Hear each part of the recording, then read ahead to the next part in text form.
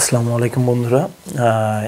আজকে আরেকটা ভিডিও, সেটা হলো বাংলাদেশিদের সবচেয়ে বেশি সমস্যা যেটা, সেটা হলো ইউরোপে আসার পরে অনেকেই তাদের ডকুমেন্টের কোনো ঠিক ঠিকানা রাখে না, কোনো কাগজপত্র রেডি নাই।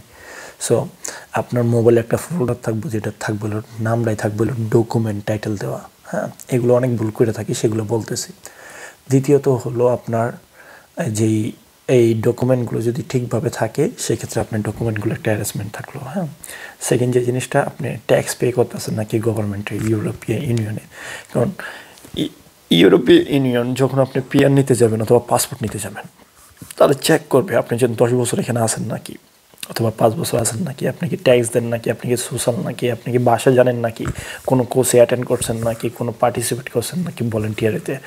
সো এইগুলা ছোট ছোট জিনিসগুলো আপনি যত তাড়াতাড়ি কুইকলি ক্যাপচার করতে পারবেন, সোসাইটির সাথে যত মিশতে পারবেন, স্প্যানিশ পিপলদের সাথে, আপনি তত তাড়াতাড়ি দ্রুত এগিয়ে যেতে পারবেন। আর আর বিদেশিরা, ইউরোপিয়ানরা খুবই ভালো হয়।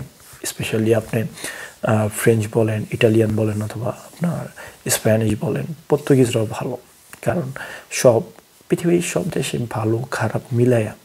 সো প্রথমে একটা মাইন্ডসেট রাখতে হইব যে মোটামুটি 10 জনের থেকে 6 জন হলেও ভালো হয়, 7 জন হলেও ভালো হয়। সেই অনুযায়ী আপনার খুঁজতে হইব যার সাথে আপনার ভালো মনে, তার সাথে আন্ডারস্ট্যান্ডিং ভালো হবে। সো এইভাবে যখন আপনি খুঁজবেন, আপনি সামনে রাস্তা দেখতে পারবেন। এই আর কি। ধন্যবাদ।